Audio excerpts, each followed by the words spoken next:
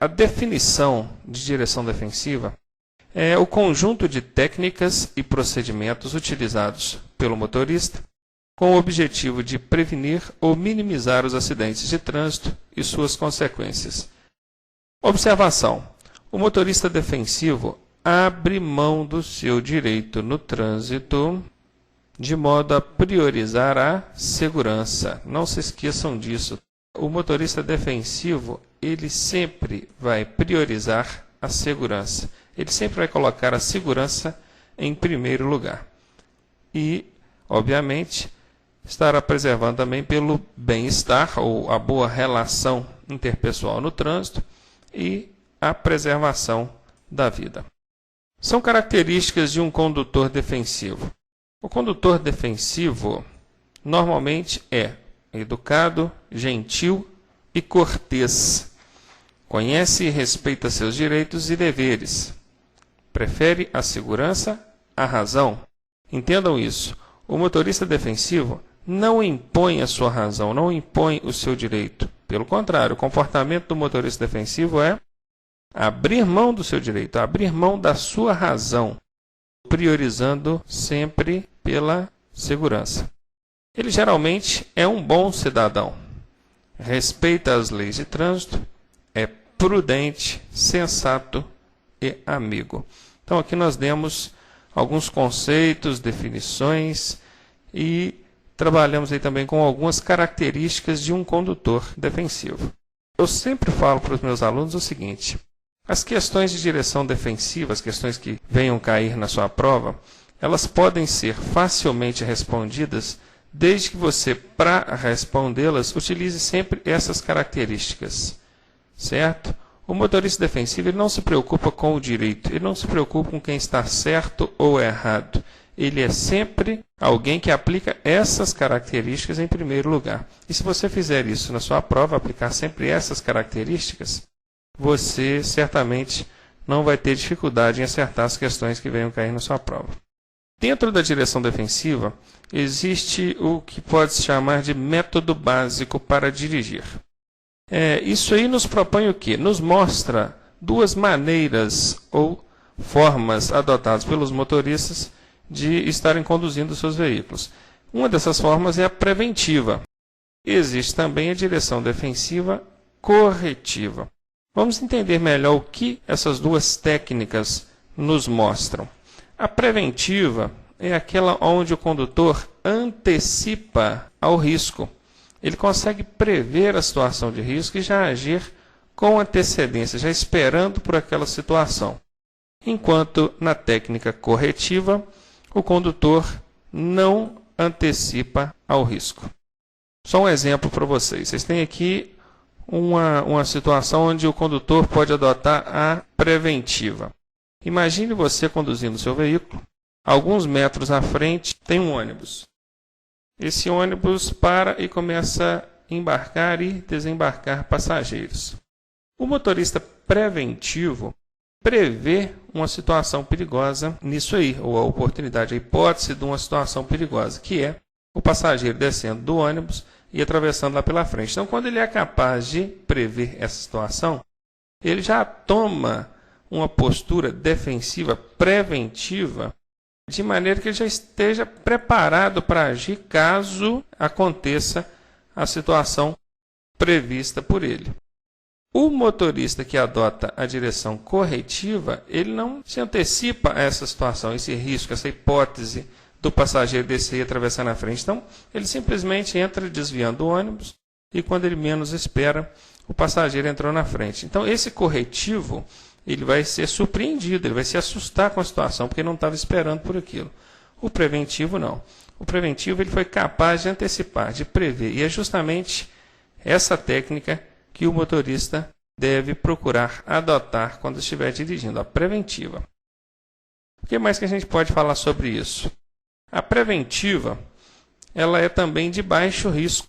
Claro, ela representa uma situação já prevista pelo condutor, já esperada por ele. Enquanto a corretiva, que se refere a uma situação não prevista, não antecipa ao risco, ela oferece um risco maior, obviamente. Na direção defensiva preventiva, exige do condutor pouca habilidade. Por quê? Vejam bem, ele já estava esperando por aquilo. Não foi exigido dele tanta habilidade assim para conter o veículo e evitar que o acidente acontecesse. Ele já estava esperando por aquilo. Enquanto o corretivo, que não esperava pela situação, vai exigir dele muita habilidade. Certo? Imaginem, se esse condutor que adota uma técnica corretiva, no momento que ele estiver passando por esse ônibus, né, que esteja parado embarcando ou desembarcando passageiro, o passageiro entrou na frente. Esse condutor corretivo aqui, ou que adota a técnica corretiva, ele vai ter que usar de muita habilidade, vai ter que usar de todos os recursos que ele tem para evitar que o acidente aconteça, porque ele não se antecipou à situação. Foi necessário que acontecesse o problema para ele poder reagir, enquanto o preventivo não. Ele já esperava por aquilo, portanto, foi uma situação que exigiu pouca habilidade dele. Claro que a preventiva é a técnica recomendável, enquanto a corretiva é uma técnica não recomendável. Essas técnicas corretiva e preventiva é 90% de chance de cair alguma coisa na prova de vocês abordando isso aí. Inclusive tem uma questão comum em prova que diz o seguinte: considerando o método básico para dirigir, qual a técnica adotada pelo condutor considerada de alto risco? Na letra A aparece agressiva, direção agressiva. Muitos candidatos marcam essa alternativa, direção agressiva. Porque ele pensa, direção agressiva com certeza é de alto risco. Mas vejam, quando falou método básico para dirigir, quando a questão abordou método básico para dirigir, não existe direção agressiva dentro do método básico para dirigir. Só existe preventiva e corretiva. Então, dentro do método básico para dirigir, qual é de alto risco? Está aqui, ó. A resposta é direção corretiva. Outra questão muito comum em prova sobre isso aqui aborda o seguinte: qual a técnica adotada pelo condutor que o possibilita antecipar a situação de risco, a qual exige do condutor pouca habilidade? Vai ser exatamente a preventiva, né? Está aqui, exige pouca habilidade e possibilita que ele antecipe ao risco, ao perigo. Nós vamos falar agora sobre os fundamentos da direção defensiva, ou os princípios fundamentais dos quais todo condutor deve lançar mão para que seja considerado um motorista nota 10. Eu coloquei aqui esse acrônimo CHAPD, vocês vão entender agora o que esse CHAPD significa. Na verdade, são as iniciais, ou as letras iniciais dos 5 fundamentos que nós vamos trabalhar, ou vamos tratar aqui agora. Quais são esses fundamentos? Vamos lá. O C é de conhecimento. Todo condutor precisa ter conhecimento? Claro, conhecer o quê? Conhecer as regras e leis de trânsito, conhecer o veículo que está dirigindo, conhecer os riscos aos quais está sujeito. Tudo isso é muito importante, é fundamental, é essencial. Por isso é chamado de fundamento, é fundamental. E o H? O H seria de quem? O H é de habilidade. O condutor precisa de habilidade? Claro, habilidade quer dizer domínio sobre o veículo.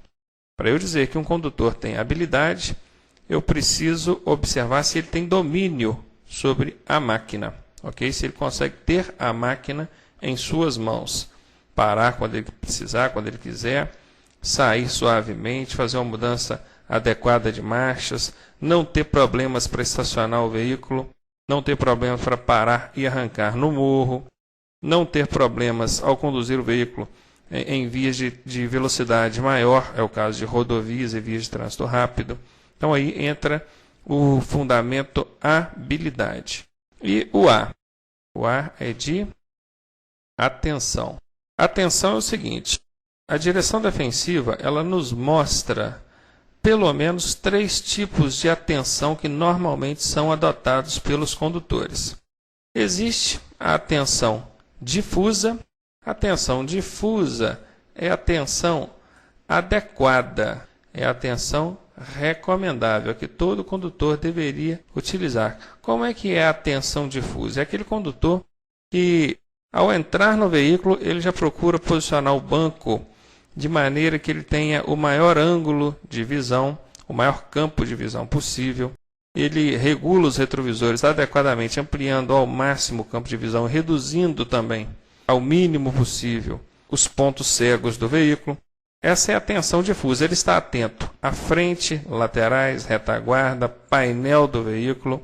É o condutor que está concentrado no ato de dirigir e dedica essa sua atenção, além de exclusivamente ao ato de dirigir, ele está com a sua atenção voltada para os principais pontos da condução do veículo. Existe ainda a atenção fixa. O que é a atenção fixa? É aquela onde o condutor fixa a sua atenção em um único ponto. Isso pode acontecer circunstancialmente, ou seja, num dado momento, numa única circunstância, ou pode acontecer mesmo por falta de postura.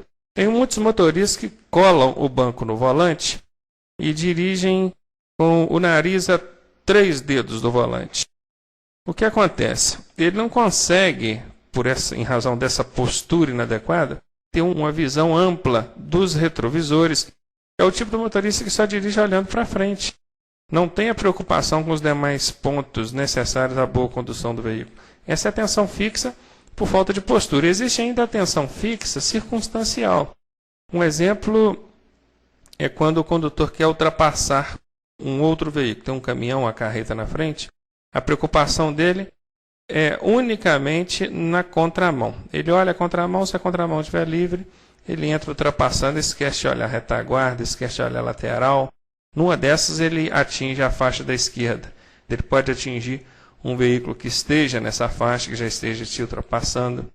Então é onde ele adota a atenção fixa circunstancialmente. Inclusive esse segundo caso que eu abordei aqui, ele é muito comum no dia a dia. Motoristas que querem ultrapassar esquecem de olhar lateral e retaguarda, olham só à frente e já entram ultrapassando. Então, atenção fixa, de forma alguma, você deve utilizar. Existe ainda a atenção dispersiva, a situação onde o motorista dirige de maneira dispersiva. O dispersivo está relacionado a disperso, distraído.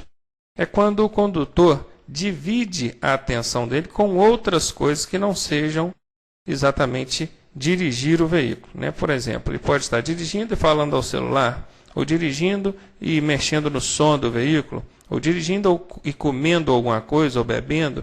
Ou seja, ele não está concentrado unicamente no fato ou ato de dirigir.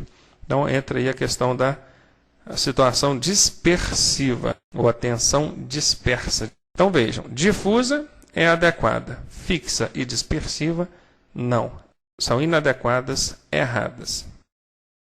E o P? O P seria de previsão. O motorista precisa de previsão? Claro. O que é a previsão?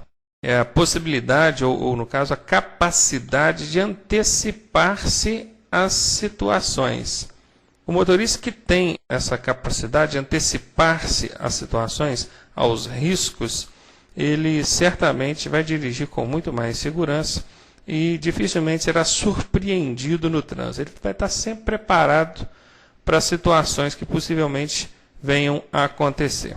A capacidade de previsão do motorista está diretamente relacionada à sua vivência no trânsito. Claro que quanto mais experiência a gente tem com o trânsito, quanto mais o dia a dia a gente tem ali, a vivência do dia a dia, isso vai nos proporcionar uma maior capacidade de previsão de situações. E a letra D é a decisão, convicção ao agir. O condutor no trânsito, por diversas situações, ele vai se ver na hipótese de ter que decidir. E decidir com presteza, com rapidez e com convicção. Muitas das vezes ele não vai ter oportunidade de errar. Quando a gente está se relacionando aí a vias onde a velocidade desenvolvida é maior, um erro, uma dúvida, uma indecisão, por questão de segundos que seja, 2, 3 segundos, pode ser tempo demais e ele não ter mais a oportunidade de corrigir. Então o motorista precisa de decisão? Precisa. Precisa tanto para se resguardar no quesito segurança, como também no quesito fluidez do trânsito, né? Eu sempre digo para os meus alunos o seguinte: quando você chega, a preferência é sua, você percebe que o motorista que vem, mesmo não tendo a preferência, ele não apresenta indício que vai parar. Então o que você faz? Você entra, você avança o cruzamento impondo a sua preferência, e se o acidente acontecer, não tem problema porque você está certo? De forma alguma. Você vai ter decidido errado se fizer isso. A preferência é sua, mas a decisão que você tomou não foi a mais adequada. Se você percebe que o outro motorista não vai parar, você para, mesmo a preferência sendo sua. Lembre-se, o motorista defensivo não impõe o direito, não impõe a razão. O oposto também pode acontecer. Às vezes a preferência não é sua, a preferência é do outro condutor, e você adota as providências ali para parar o veículo, mas percebe que o outro condutor também começa a diminuir a velocidade para parar o veículo. Aí ele vai e manda você passar. O que você deve fazer? Passar. Certo? Ah, mas a preferência é dele, como é que eu vou passar? Decisão, é questão da decisão. A preferência é dele? Tudo bem, então o direito é dele, passar ou não. Ele tem o direito de passar e não o dever de passar. Então eu costumo dizer isso muito para os meus alunos. A decisão está envolvida até nessa questão de fluidez para o trânsito. Decida. A preferência sendo sua, você perceber que o outro não vai parar, para você. Agora a preferência é dele. Você perceber que ele parou e você deu a preferência para você, siga, prossiga, não tenha dúvida quanto a isso. Então vejam, falou fundamento, vocês vão lembrar do CHAPD. Lembrem-se do CHAPD, que isso vai remeter vocês a lembrar dos 5 fundamentos aqui. Agora nós vamos falar sobre automatismos. Esse termo automatismo se refere a ações executadas pelo condutor de maneira inconsciente ou involuntária. Automatismos vem de automático. Automático é algo que o condutor faz involuntariamente, sem perceber. O automatismo ele acontece em razão da repetição. De tanto repetir um mesmo ato, uma mesma ação, aquilo fica automático, fica habitual.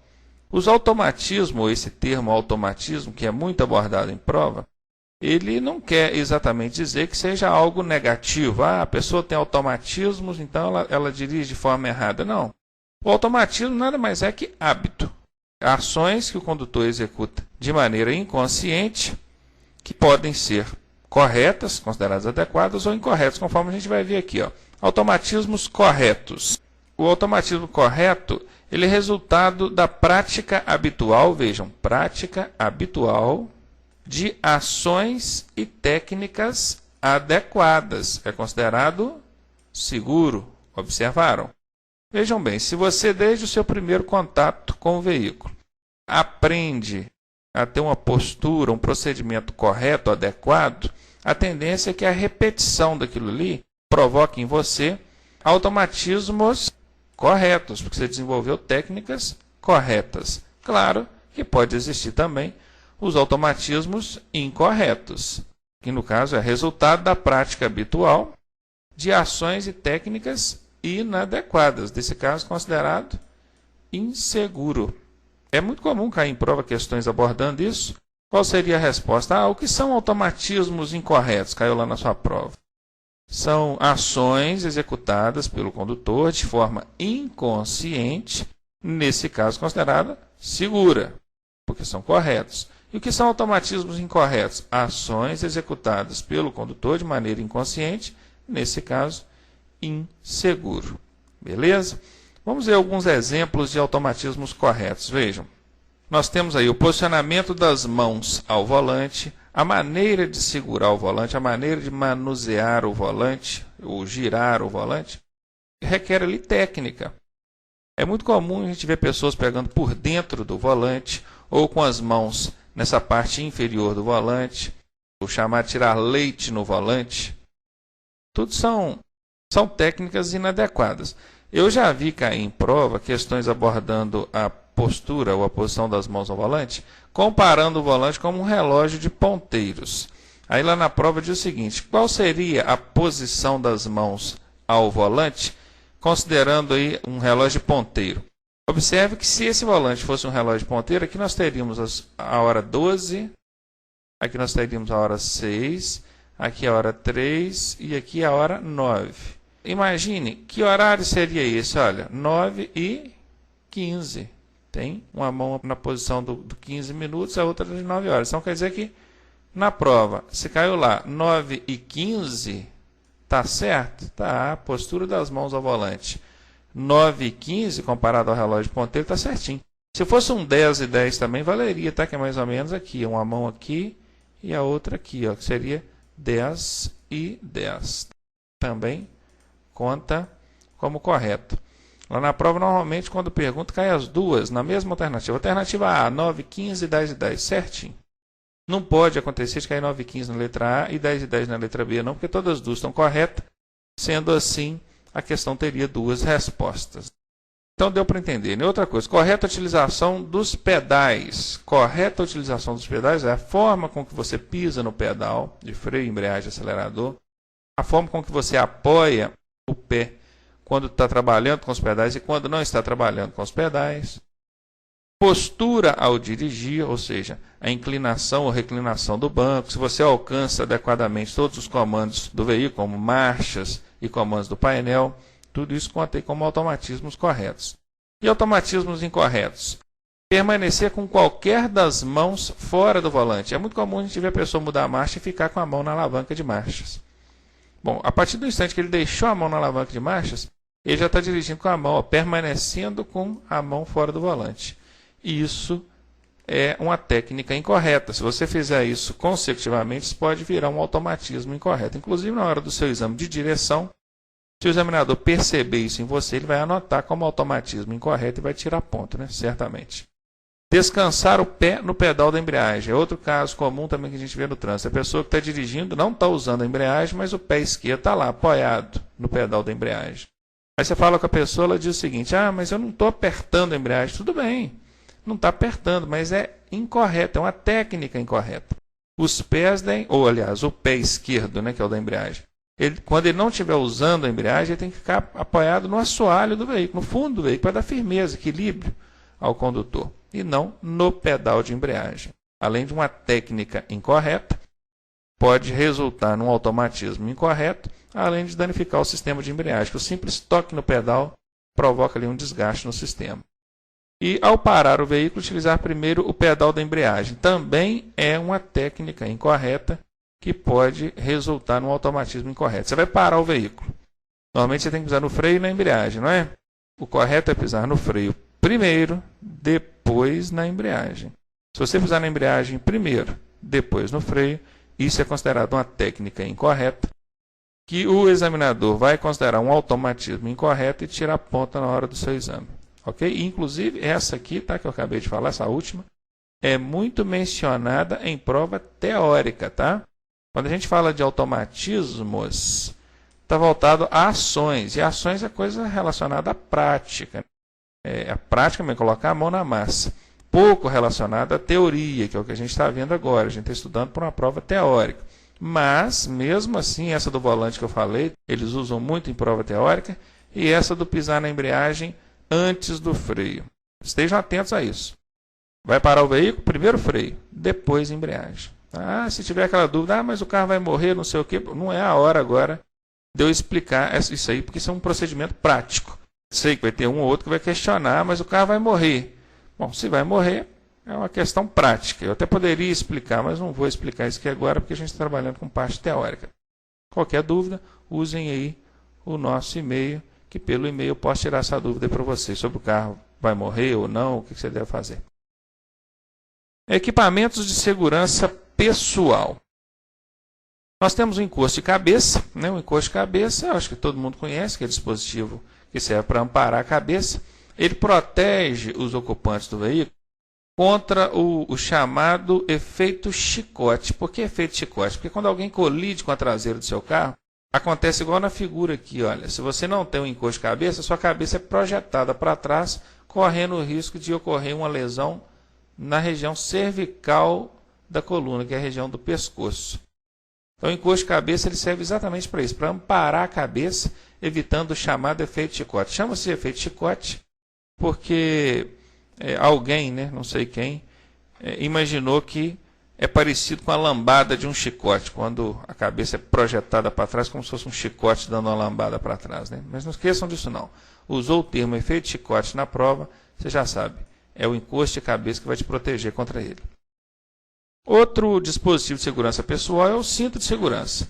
Nós sabemos que atualmente existem cintos de 2 pontos, que podem ser esse cinto que pega só no tórax, certo? Ele prende aqui e aqui. Esse é o cinto de 2 pontos, chamado torácico. Existe o cinto de 2 pontos que prende só o abdômen, ele pega só embaixo aqui, ó. Então ele prende aqui e aqui. Também é um cinto de 2 pontos, é o chamado subabdominal. E existe o de 3 pontos, que é esse que está no desenho aqui. O de 3 pontos ele prende aqui e prende aqui. É lógico que esse é o que oferece maior proteção, ele é considerado mais seguro. Então, se em prova abordou, o cinto de 3 pontos é o que oferece maior proteção. Todos os veículos fabricados a partir de 2014 deverão ser equipados com airbag e freio ABS. Acho que airbag todo mundo sabe o que é. Freio ABS, se tiver alguma dúvida, na aula de mecânica a gente vai estar suprindo essa dúvida aí.